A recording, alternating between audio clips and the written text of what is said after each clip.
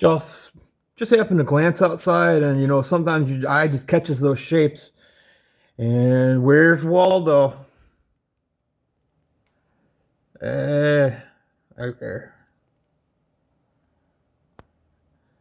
Just a couple deer chilling out.